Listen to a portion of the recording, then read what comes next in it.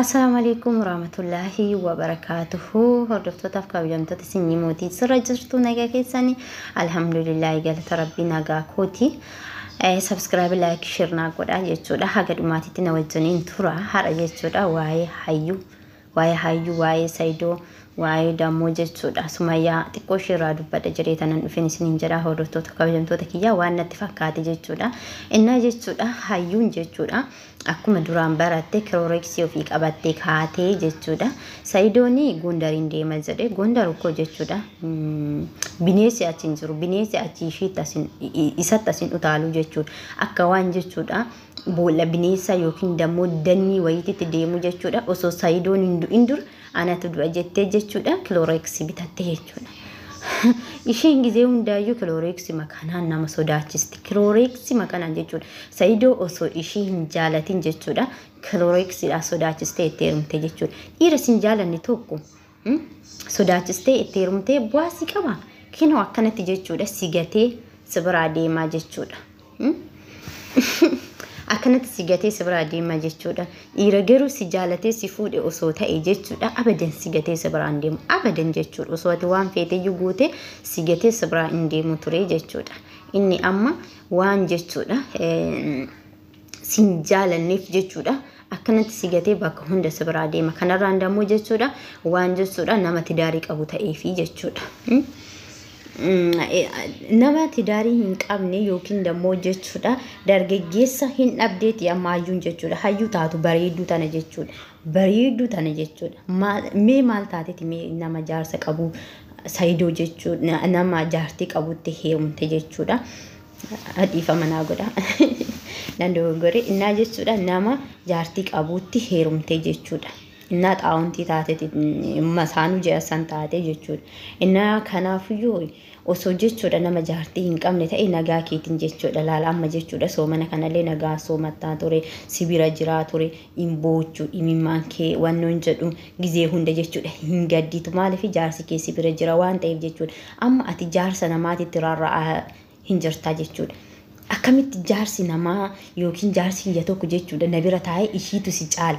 Dubartii biraan na biratti faarse akkumatti kuni bar jechuudha niqatiidha dhugaa rabbii niqatiidha jechuudha. Dubartii si jammar raasu dubartii kadhatamteeti heerumti malee kadhattee itti heerumtu dhiiraa miti kan kadhattee itti heerumtuuf maali kun safuu cabsitee abboo maal jechuudha kun hindee dubartiin bar kadhatamtee heerumti jechuudha. Dubartiin bar daayimandiidha hindee kadhatamteeti malee kadhattee itti heerumtu dhiira guuttee jirti.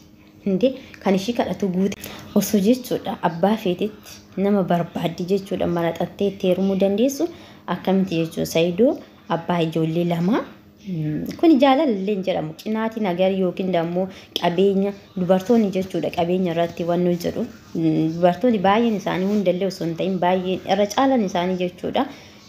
Parsantii dhibbarraa haga 80 tokko jechuudha. Dubartoonni qabeenya san laalti jechuudha. Qabeenya laalti qabeenyaaf jettee nama duuka fiiddi jechuudha.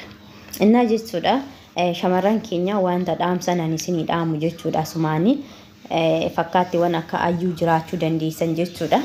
Qabeenyis fixeensa ganamaati.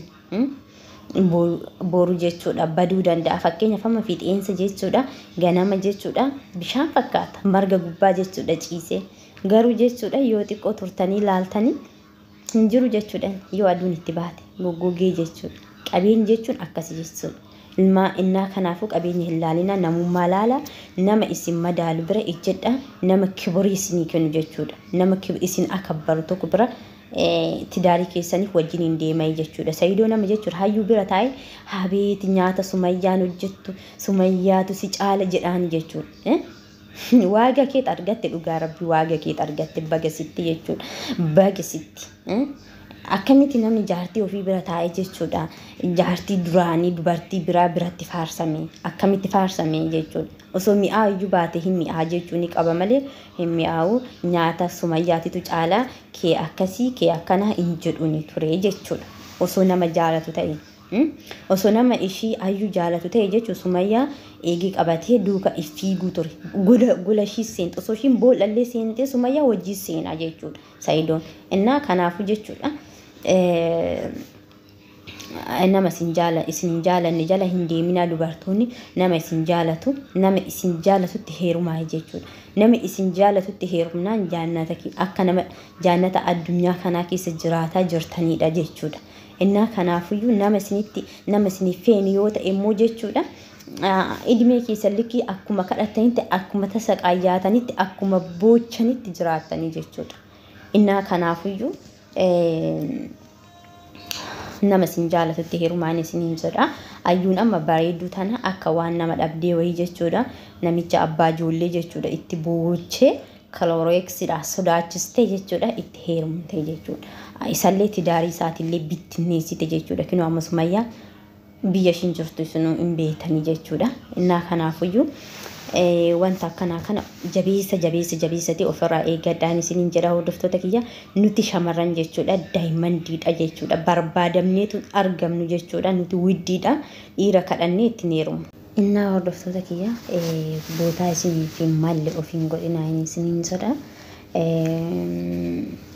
Maaliif nuti barbaadamneetu argamnu waan ta'e kanaafuu ofirra kasheessinaa isiniin jedha.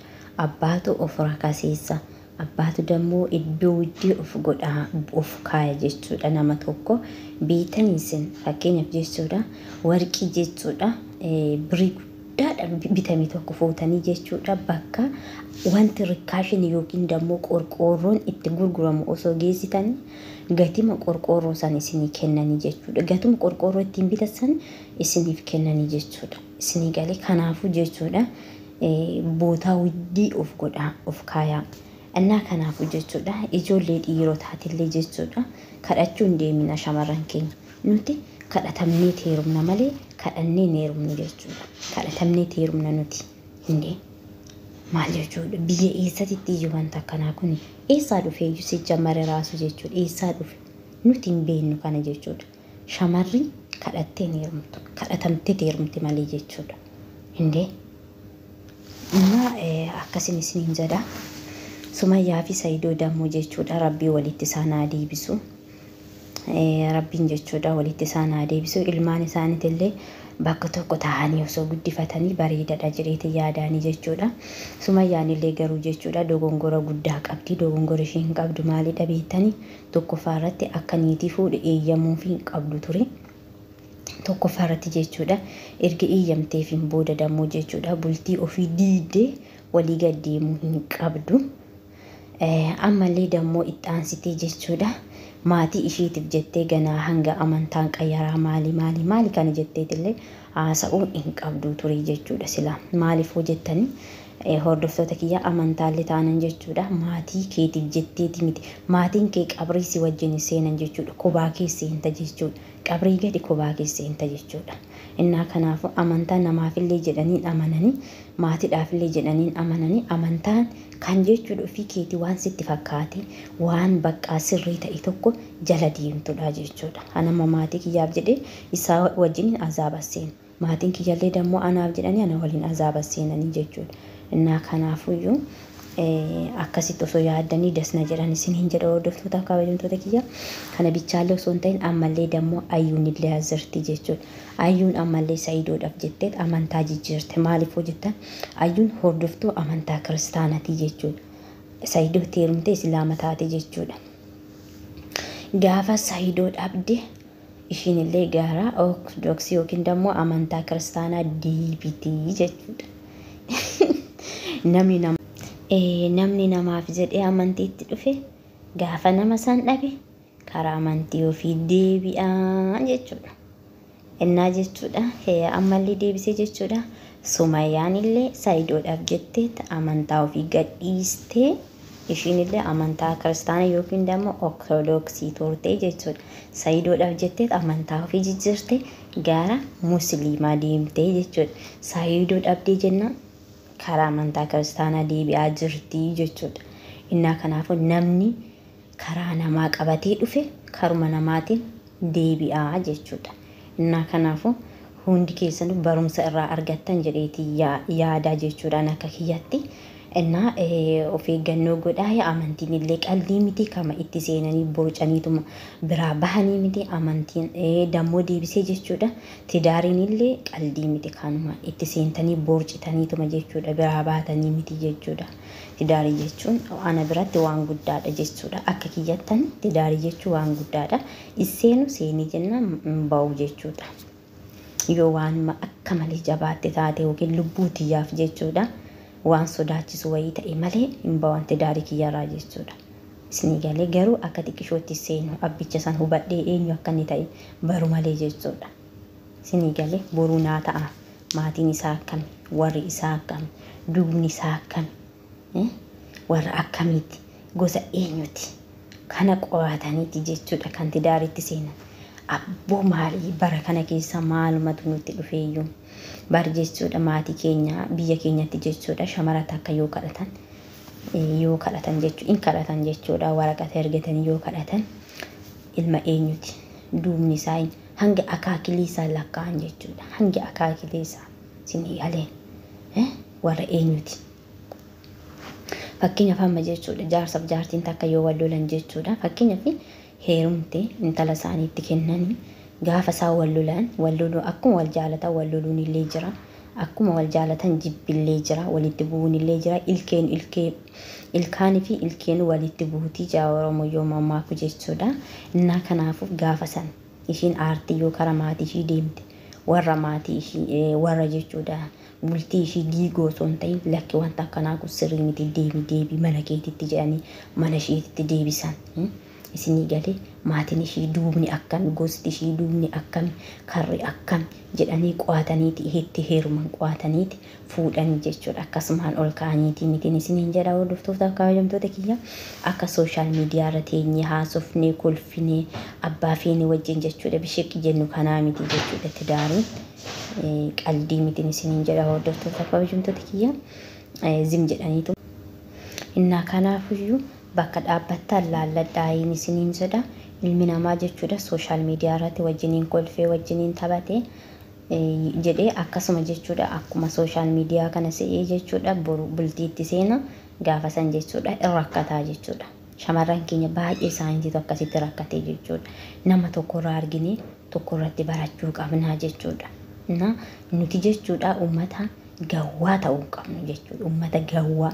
Nama tokkorraa barachuu qabna jechuudha. Haga narra ga'utti ani nama tokkorraa laalee barachuun qaba jechuudha. Hindi maal jechuudha kun? Nuti bara jechuudha uummata naqee jedhamu sani malee uummata gawwaa miti jechuudha. Ani garuu yoon akkanatti achi ilaalu uummanni gizee ammaa kana uummata fayyaalessa natti fakkaata. Fayyaalessa jechuun injiraa miti haga irra gahutti jechuudha. Namarraa laalanii hin baratanii jechuudha.